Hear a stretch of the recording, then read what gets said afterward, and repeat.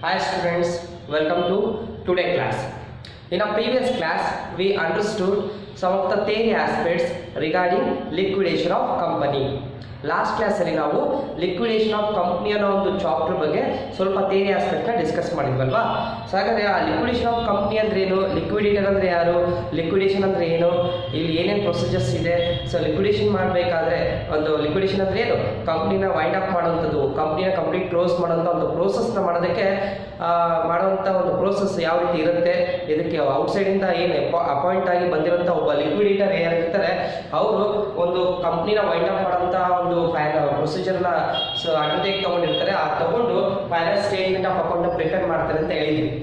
ಹಾಗಾದ್ರೆ ಇಷ್ಟೆಲ್ಲ ಥಿಯರಿ ಆಸ್ಪೆಕ್ಟ್ನ ನಾವು ಡಿಸ್ಕಸ್ ಮಾಡಿದ್ವಿ. ಹಾಗಾದ್ರೆ ಈಗ ಒಂದು ಪ್ರಾಬ್ಲಮ್ ತಗೊಂಡು ಯಾವ ರೀತಿ ಲಿಕ್ವಿಡೇಟರು ಯಾವುದಾದ್ರು ಕಂಪ್ನಿ ವೈಂಡ್ ಅಪ್ ಆಗ್ತಾ ಇದೆ ಅಂದರೆ ಒಬ್ಬ ಲಿಕ್ವಿಡೇಟರು ಯಾವ ರೀತಿ ಫೈನಾನ್ಸ್ ಸ್ಟೇಟ್ಮೆಂಟ್ ಆಫ್ ಅಕೌಂಟ್ನ ಪ್ರಿಪೇರ್ ಮಾಡ್ತಾರೆ ಅಂತೇಳಿ ಈ ಒಂದು ಪ್ರಾಬ್ಲಮ್ಸ್ನ ತಗೊಂಡು ನಾವು ಅರ್ಥ ಮಾಡ್ಕೊಳ್ಳೋದಂತೆ. ಓಕೆ, ಸೆಲ್ ಸ್ಟಾರ್ಟ್ ಮಾಡುವಾಗದೆ. Okay, welcome once again. So okay, here observe that one company that is the Altra company. ಯಾವ ಕಂಪನಿ ಇದೆ ಇಲ್ಲಿ? Altra company ಇದೆ. So Altra company limited okay went into voluntary liquidation.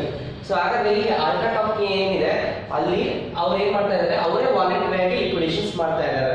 ಅಂದ್ರೆ ಕಂಪನಿ ಅವರೇ decide ಮಾಡ್ಕೊಂಡು ಕಂಪನಿನ ಏನ್ ಮಾಡ್ಬೇಕು ಅಂತ ಡಿಸೈಡ್ ಮಾಡಿದ್ದಾರೆ, ಕ್ಲೋಸ್ ಮಾಡಬೇಕು, ವೈಂಡ್ ಅಪ್ ಮಾಡಬೇಕು ಅಂತ ಡಿಸೈಡ್ ಮಾಡಿದ್ದಾರೆ. Okay, it is its assets realized. Its assets ಎಲ್ಲ ಸೇಲ್ ಆಗಿದಾವಂತೆ. ಸೊ ಸೇಲ್ ಆಗಿರೋದು ಎಷ್ಟಕ್ಕೆ? 3,50,000 ಅಂತ ಹೇಳಿದ್ದಾರೆ. ಹಾಗಾದ್ರೆ ಕಂಪ್ನಿ ಕ್ಲೋಸ್ ಆಗೋ ಟೈಮಲ್ಲಿ ಅಸೆಟ್ಸ್ ಎಲ್ಲ ರಿಯಲೈಸ್ಡ್ ಆಗಿದೆ ಅಂದರೆ ಸೊ ನಮಗೆ ಇಲ್ಲಿ ಅಸೆಟ್ ರಿಯಲೈಸ್ಡ್ ಆಗಿರೋದು ರೆಸಿಪ್ಟ್ ಆಫ್ ಪೇಮೆಂಟ್ ಅನ್ನೋ ಕಾನ್ಸೆಪ್ಟ್ ನೋಡ್ತಾ ಹೋದಾಗ ನಮಗೆ ರೆಸಿಪ್ಟ್ ಆಗುತ್ತೆ ಆಬ್ವಿಯಸ್ಲಿ. ಯಾಕೆಂದ್ರೆ ಸೇಲ್ ಆಗಿರೋಂಥ ಅಸೆಟ್ ಇಂದ ನಮಗೆ ಇನ್ಕಮ್ ಪ್ರೈಸ್ ಆಗುತ್ತೆ ಕಂಪ್ನಿಗೆ. ಹಾಗಾದ್ರೆ ರೆಸಿಪ್ಟ್ ಸೈಡ್ ನಾವು ಡೆಬಿಟ್ ಸೈಡ್ ಬರೀಬೇಕಾಗುತ್ತೆ. Next sale of securities. ಮತ್ತೆ ಇಲ್ಲಿ ಸೇಲ್ ಆಫ್ ಸೆಕ್ಯೂರಿಟೀಸ್ ಹೇಳ್ತಾ ಇದ್ದಾರೆ. ಮತ್ತೆ ಇಲ್ಲಿ ಸೆಕ್ಯೂರಿಟೀಸ್ ಸೇಲ್ ಆಗ್ತಾ ಇರೋದ್ರಿಂದ ಸೊ ಈ ಅಸೆಟ್ ಸೇಲ್ ಆಗ್ತಾ ಇರೋದ್ರಿಂದ ಮತ್ತೆ ಇಲ್ಲಿ ಇನ್ಕಮ್ ರೈಸ್ ಆಗುತ್ತೆ. ಹಾಗಾಗಿ ಇದು ಕೂಡ ಇನ್ಕಮ್ ಬರ್ತಾ ಇರೋದ್ರಿಂದ ರೆಸಿಪ್ಟ್ ಸೈಡ್ ನಾವು ಡೆಬಿಟ್ ಸೈಡ್ ತಗೋಬೇಕಾಗುತ್ತೆ. Next 40,000. The order information are as under. So ಕೆಲವೊಂದು ಇನ್ಫಾರ್ಮೇಶನ್ಸ್ ಆರ್ಡರ್ಗಳನ್ನು ಕೊಟ್ಟಿದ್ದಾರೆ. ಅಬ್ಸರ್ವ್ ಮಾಡ್ತಾ ಹೋದಾಗ ಸೆಕ್ಯೂರ್ಡ್ ಕ್ರೆಡಿಟರ್ಸ್ ಕೊಟ್ಟಿದ್ದಾರೆ, ಸೆಕ್ಯೂರಿಟಿ ಆನ್ ಸೆಕ್ಯೂರಿಟೀಸ್. ಹಾಗಾದ್ರೆ ಸೆಕ್ಯೂರಿಟಿ ಕ್ರೆಡಿಟರ್ಸ್ಗೆ ಸೆಕ್ಯೂರಿಟೀಸ್ಗಳನ್ನೇ ಸೆಕ್ಯೂರಿಟಿ ಬೇಸ್ ಮೇಲೆ ಒಂದು ಸೆಕ್ಯೂರ್ಡ್ ಕ್ರೆಡಿಟರ್ಸ್ ಅಮೌಂಟ್ 3,35,000 ಇದೆ ಅಂತ ಹೇಳಿದ್ದಾರೆ. ನೋಡೋಣ ಇದು ಯಾವ ರೀತಿ ಏನು ಅಂತ ಹೇಳಿದ್ದಾರೆ. Next preparation creditors, unsecured creditors, debentures, liquidation expenses, liquidation remunerations. ಹಾಗಾದ್ರೆ ಇಲ್ಲಿ ಒಂದು ಕೆಲವೊಂದು ಅಲ್ಲಿ ಅಬ್ಸರ್ವ್ ಮಾಡ್ತಾ ಹೋದಾಗ ನಮ್ಮ ಒಂದು ಲಿಕ್ವಿಡೇಟರ್ ಪ್ರಿಪೇರ್ ಮಾಡುವಂಥ ಫೈನಾನ್ಸ್ ಸ್ಟೇಟ್ಮೆಂಟಿನ main important part payment side, credit ಸೈಡ್ಗೆ ರಿಲೇಟೆಡ್ ಇರುವಂತಹ ಐಟಮ್ಸ್ಗಳು ಇಲ್ಲಿ ನೋಡ್ತಾ ಹೋಗ್ಬೋದು. ಓಕೆ, ಜಸ್ಟ್ ಇದನ್ನು ನಾವು ಒಂದು ಪ್ರಾಬ್ಲಮ್ನ ಒಂದು ಓವರ್ ವ್ಯೂ ಆಗಿ ಒಂದು ಅಬ್ಸರ್ವ್ ಮಾಡಿದ್ವಿ ಅಷ್ಟೇ. ಈಗ ಅದನ್ನು ಕ್ಲೀನಾಗಿ ಇಷ್ಟೆಲ್ಲ ಐಟಮ್ಗಳನ್ನ ನಾವು ಏನು ರೀಡ್ ಮಾಡಿದ್ದೀವಿ, ಇದನ್ನು ಯಾವ ರೀತಿ ನಾವೇ ಲಿಕ್ವಿಡೇಟರ್ ಆದರೆ ಯಾವ ರೀತಿ ಫೈನಲ್ ಅಕೌಂಟ್ನ ಪ್ರಿಪೇರ್ ಮಾಡಬೇಕಂತ ಅಬ್ಸರ್ವ್ ಮಾಡ್ಕೊಂಡು ಸ್ಟಾರ್ಟ್ ಮಾಡ್ತಾ ಹೋದರೆ ಅದರ ಸೊಲ್ಯೂಷನಲ್ಲಿ ಫಸ್ಟ್ ಸೊಲ್ಯೂಷನ್ ಅಲ್ಲಿ ಏನು ಪ್ರಿಪೇರ್ ಮಾಡ್ತಾ ಇದ್ದೀವಿ, ಲಿಕ್ವಿಡೇಟರ್ ಅಲ್ವಾ, preparation of liquidators final statement. ಓಕೆನಾ, preparation of liquidators final statement. ಹಾಗಾದ್ರೆ ಲಿಕ್ವಿಡೇಟರ್ ಫೈನಲ್ ಸ್ಟೇಟ್ಮೆಂಟ್ ಯಾವ ರೀತಿ ಇರುತ್ತೆ ಅಂತೇಳಿ ನಾವು ಇಲ್ಲಿ ಅಬ್ಸರ್ವ್ ಮಾಡ್ತಾ ಹೋಗುತ್ತೆ. As usually debit side, ಇಲ್ಲಿ ಡೇಟ್ ಕಾಲಮ್ ನಮಗೆ ರಿಕ್ವೈರ್ಮೆಂಟ್ ಇರೋಂಥ ಕಾಲಮ್ನ ಮಾತ್ರ ನಾವು ಇಲ್ಲಿ ಕ್ರಿಯೇಟ್ ಮಾಡೋಕ್ಕೆ ಫೋಕಸ್ ಮಾಡ್ತಾ ಇದ್ದೀನಿ. ನೆಕ್ಸ್ಟ್ ಡೆಬಿಟ್ ಸೈಡ್ ಆದಮೇಲೆ ಅದು ಅಪೋಸಿಟ್ ಕ್ರೆಡಿಟ್ ಸೈಡ್. ಇನ್ನು ಈ ಪರ್ಟಿಕ್ಯುಲರ್ಸ್ ಅಮೌಂಟ್ ಅಂತ ತಗೋಬಹುದು. ಇಲ್ಲ ಅಂದರೆ ನಾನು ಹೇಳಿದ್ದೀನಲ್ವ ಆಲ್ರೆಡಿ ಒಂದು ರೆಸಿಪ್ಟ್ ಸೈಡ್ ಆಗಿರುತ್ತೆ, ಪೇಮೆಂಟ್ ಸೈಡ್ ಆಗಿರುತ್ತೆ. ಹಾಗಾದರೆ receipt side, next column amount, rupee symbol. Next one payment, amount, rupee symbol.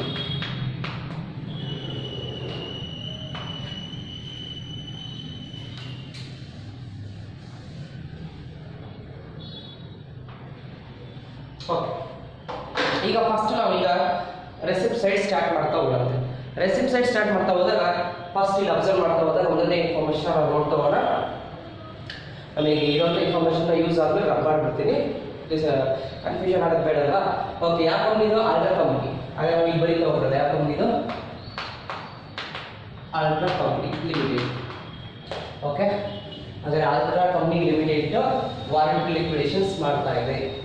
ಹಾಗಾದ್ರೆ ಇದರಲ್ಲಿ ಫಸ್ಟ್ ಏನು ಮಾಡ್ತಾ ಇದೆ? ಅಸೆಟ್ ರಿಯಲೈಸ್ ಆಗ್ತಾ ಇದೆ. ಏನಾಗ್ತಿದೆ? ಅಸೆಟ್ಸ್ ರಿಯಲೈಸ್ ಆಗ್ತಿದೆ. ಹಾಗಾದ್ರೆ ಅಸೆಟ್ಸ್ ಎಲ್ಲ ಸೇಲ್ ಆಗ್ತಿರೋದ್ರಿಂದ ನಮಗೆ ಯಾವ ಸೈಡ್ ಬರೀಬೇಕಾಗುತ್ತೆ? ರೆಸಿಪ್ಟ್ ಸೈಡ್ ಬರೀಬೇಕಾಗುತ್ತೆ. ರೆಸಿಪ್ಟ್ ಸೈಡ್ ಬರೀಬೇಕಾದ್ರೆ ನಾವು ಯಾವುದೇ ರೀತಿಯಾದಂಥ ಆರ್ಡರ್ ಬರೀಬೇಕಾಗಿಲ್ಲ. ಅಸೆಟ್ ಫಸ್ಟ್ ಬರೀಬೇಕು, ಬೇರೆ ರೀತಿಯಾದಂಥ ಅಸೆಟ್ಗಳ ಬದಲು ನೆಕ್ಸ್ಟ್ ಬರೀಬೇಕು ಅಂತ ಏನಿಲ್ಲ.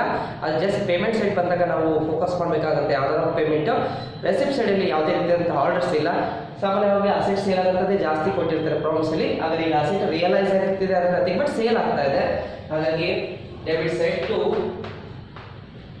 ಅಸೆಟ್ಸ್ ರಿಯಲೈಸ್ಡ್, ಅಸೆಟ್ಸ್ ಎಲ್ಲ ರಿಯಲೈಸ್ ಆಗುತ್ತೆ. ಆದರೆ ಅಲ್ಟ್ರಾ ಕಂಪ್ನಿಯಲ್ಲಿ ಯಾವ್ಯಾವ ಅಸೆಟ್ ರಿಯಲೈಸ್ಡ್ ಆಗಿದೆ ಅಂತ ಸ್ಪೆಸಿಫಿಕ್ ಆಗಿ ಕೊಟ್ಟಿಲ್ಲ. ಜಸ್ಟ್ ಅಸೆಟ್ಸ್ ರಿಯಲೈಸ್ಡ್ ಆಗಿದೆ 3,50,000 ಅಂತ ಹೇಳಿದ್ದಾರೆ.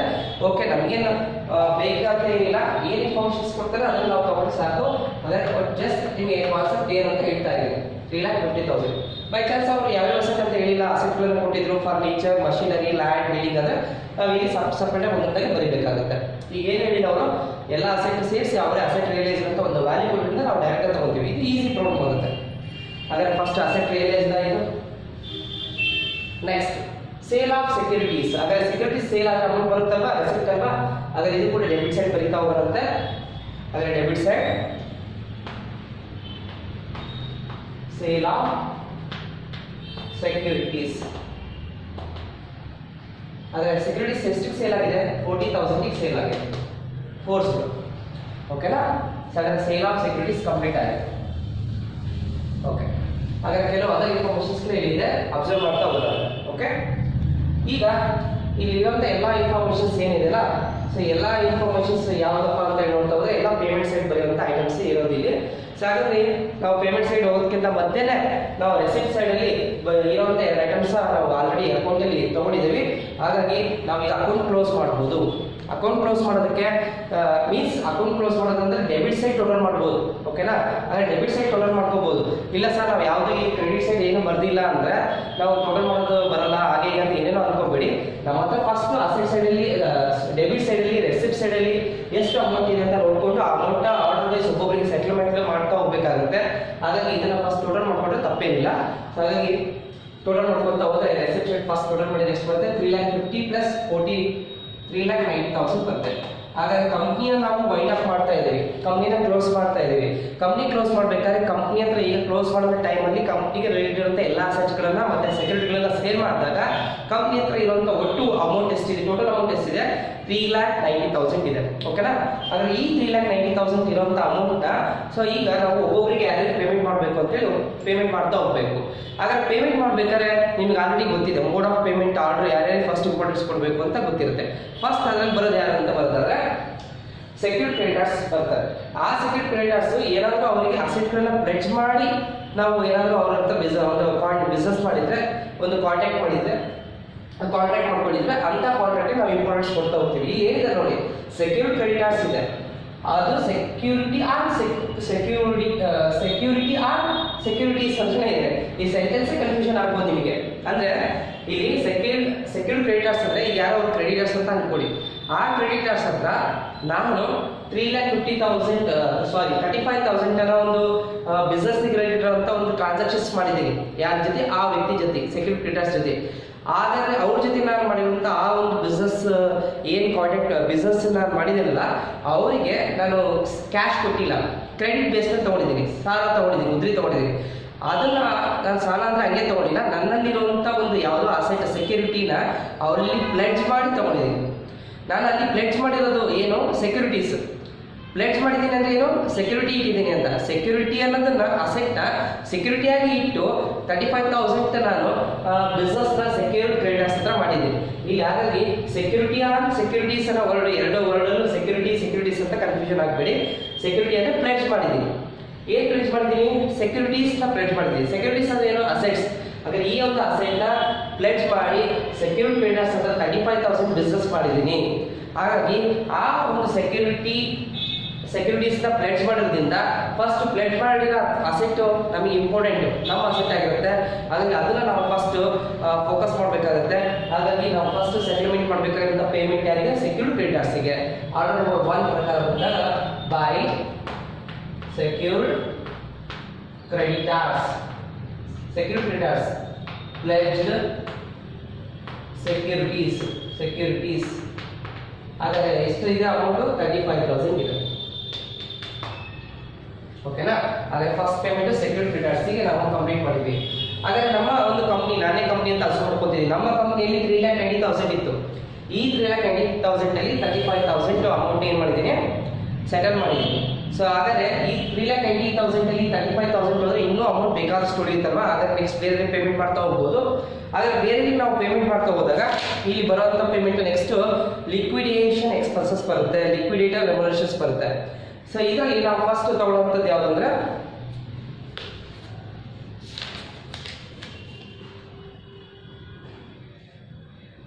ಲಿಕ್ವಿಡೇಷನ್ ಎಕ್ಸ್ಪೆನ್ಸಸ್ ಮೀಟ್ ಮಾಡ್ತಾ ಹೋಗ್ತೀವಿ. ಹಾಗಾದ್ರೆ ಲಿಕ್ವಿಡೇಷನ್ ಎಕ್ಸ್ಪೆನ್ಸ್ ಎಲ್ಲಿದೆ ಅಂತಂದ್ರೆ ಲಾಸ್ಟ್ ಸೆಕೆಂಡ್ ಇಲ್ಲಿದೆ ನೋಡಿ, lost in second one liquidation expenses ಎಷ್ಟಿದೆ? 5,000 ಇದೆ. ಹಾಗಾದ್ರೆ ಸೆಕೆಂಡ್ ಅಲ್ಲಿ ಬರೋದು ಯಾವುದು? Liquidation expenses. ಹಾಗಾದ್ರೆ ಲಿಕ್ವಿಡೇಷನ್ ಎಕ್ಸ್ಪೆನ್ಸಸ್ ಎಷ್ಟಿದೆ? ಅಮೌಂಟು 5,000 ಇದೆ. ಹಾಗಾದ್ರೆ 5,000 ತಗೊಳ್ತಾ ಇದ್ದೀವಿ. ಹಾಗಾದ್ರೆ ಲಿಕ್ವಿಡೇಷನ್ ಎಕ್ಸ್ಪೆನ್ಸ್ ಕಂಪ್ಲೀಟ್ ಆಯ್ತಾ? ಓಕೆ, ರಫ್ ಮಾಡ್ತಾ ಇದ್ದೀವಿ.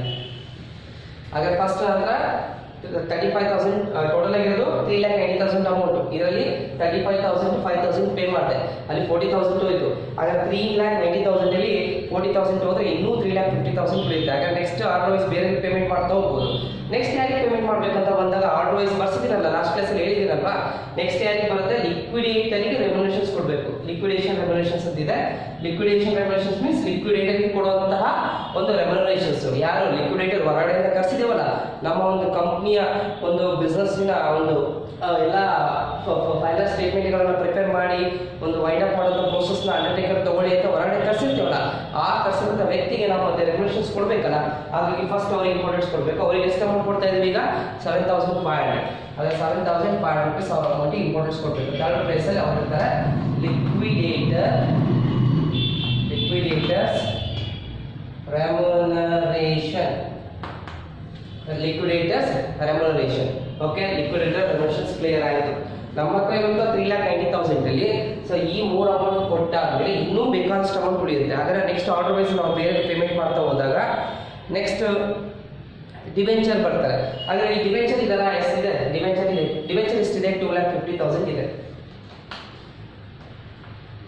ಡಿವೆಂಚರ್. ಹಾಗೆ ಡಿವೆಂಚರಿಗೆ ಕೊಡೋಷ್ಟು 2,50,000 ನಮ್ಮ ಹತ್ರ ಇದೆ ಅಲ್ವಾ? ಗೊತ್ತಾಗುತ್ತೆ. 3,90,000 ಇಷ್ಟು ಕಳೆದಾಗ ಇನ್ನೂ ಅಮೌಂಟ್ ಇರುತ್ತೆ. ಹಾಗಾದ್ರೆ 2,50,000 ನಾವು ಡಿವೆಂಚರಿಗೆ ಪೇಮೆಂಟ್ ಮಾಡ್ತಾ ಹೋಗುತ್ತೆ.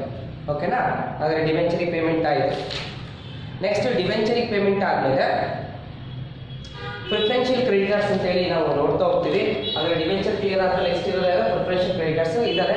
ಹಾಗಾದ್ರೆ ನೆಕ್ಸ್ಟ್ ಪ್ರಿಫರೆನ್ಷಿಯಲ್ ಕ್ರೆಡಿಟರ್ಸ್ ತಗೊಂತ ಹೋಗೋಣ.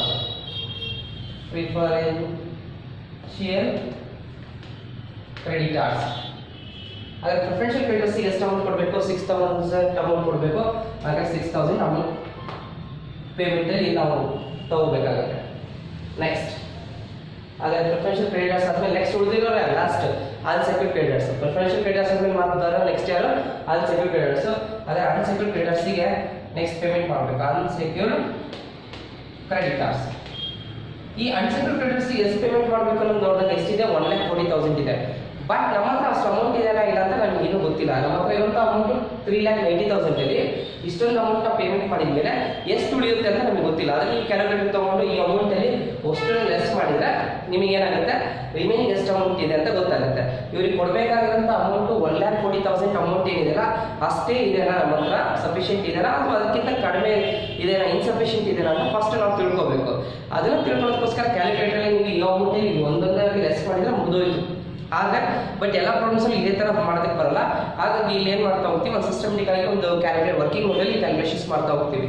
ಆ calculation of amount available to calculation of amount available to unsecured creditors ಅಂದರೆ ಅನ್ಸೆಕ್ಯೂರ್ಡ್ ಕ್ರೆಡಿಟರ್ಸ್ಗೆ ಕೊಡಬೇಕಾಗಿರುವಂಥ ಅಮೌಂಟು ಎಷ್ಟು ಅವೈಲಬಿಲಿಟಿ ಇದೆ ಅಂತ ಚೆಕ್ ಮಾಡಬೇಕು.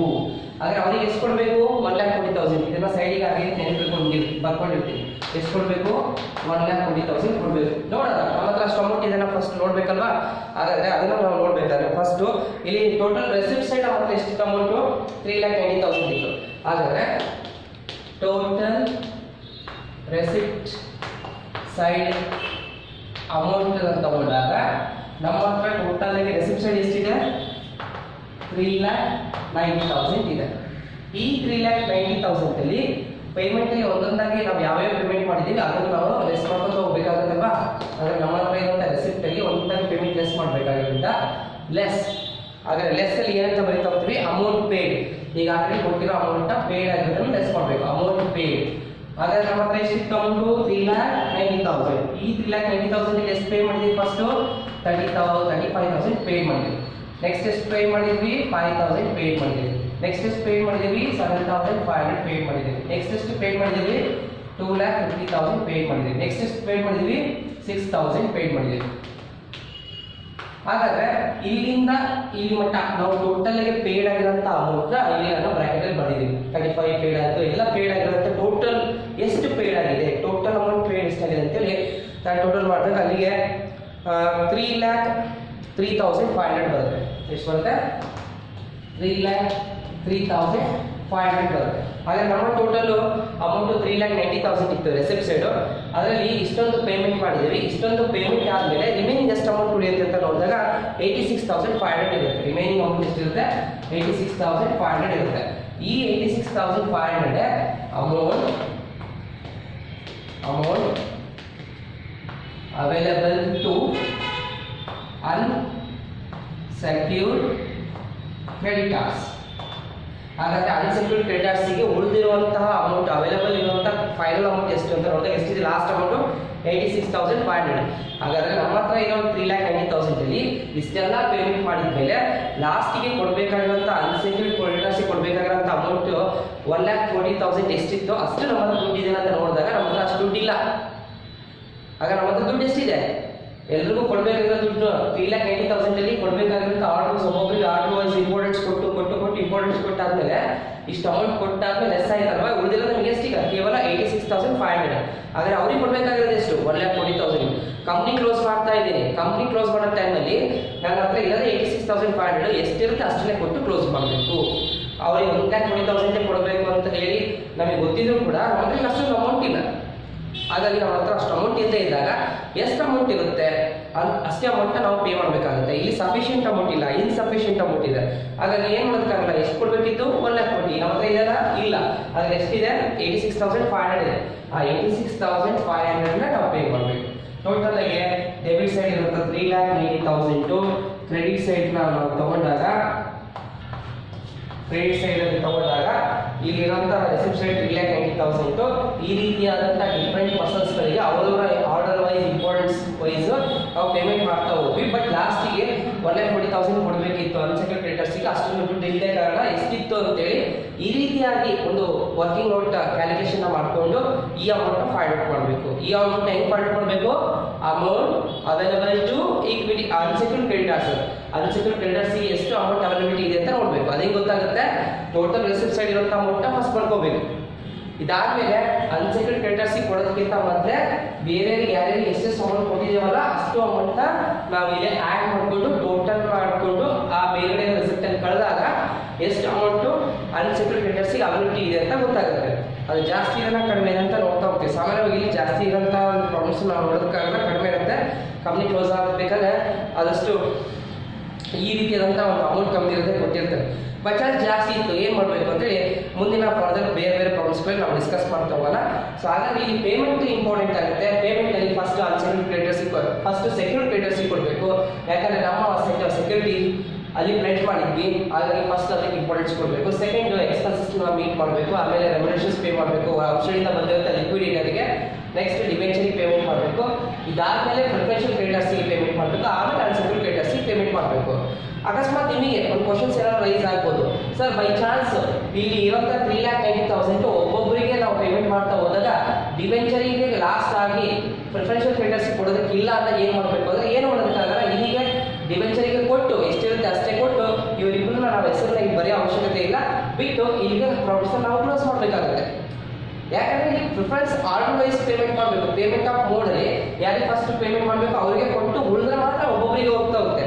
ಇವನಿಗೆ ಕೊಟ್ಟಾಗಿ ನೆಕ್ಸ್ಟ್ ಉಳಿದ್ರೆ ಇವನಿಗೆ ಎಕ್ಸ್ಪೆನ್ಸಸ್ ಮೀಟ್ ಮಾಡ್ತೀವಿ, ಎಕ್ಸ್ಪೆನ್ಸಸ್ ಕೊಟ್ಟಾದ್ಮೇಲೆ ದುಡ್ಡು ಉಳಿದ್ರೆ ಎಮೋಷನ್ಸ್ ಮೀಟ್ ಮಾಡ್ತೀವಿ, ಅದಾದ್ಮೇಲೆ ಅಮೌಂಟ್ ಉಳಿದ್ರೆ ಡಿವೆಂಚರ್ಗೆ ಪೇಮೆಂಟ್ ಮಾಡ್ತೀವಿ, ಅದಾದ್ಮೇಲೆ ಅಮೌಂಟ್ ಉಳಿದ್ರೆ ಕ್ರೆಡಿಟರ್ಸ್.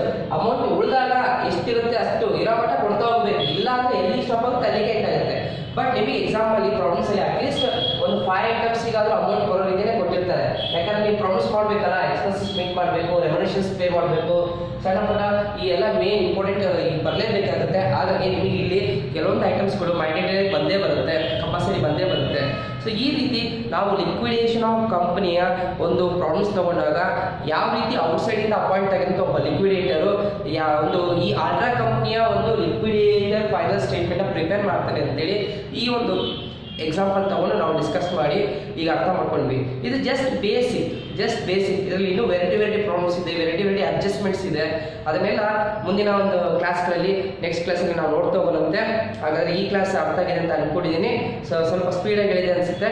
ಸೊ ಓಕೆ, ಆದಷ್ಟು ಅರ್ಥ ಮಾಡ್ಕೊಳ್ಳೋಕೆ ಆಗಲಿ. ನಾಳೆ ಇನ್ನೊಂದ್ಸತಿ ಈ ವಿಡಿಯೋನ ನೋಡ್ಕೊಳ್ಳಿ, ನಿಧಾನಕ್ಕೆ ಕೇಳಿಸ್ಕೊಳ್ಳಿ, ಅರ್ಥ ಆಗುತ್ತೆ. So thank you for watching this class. Thank you.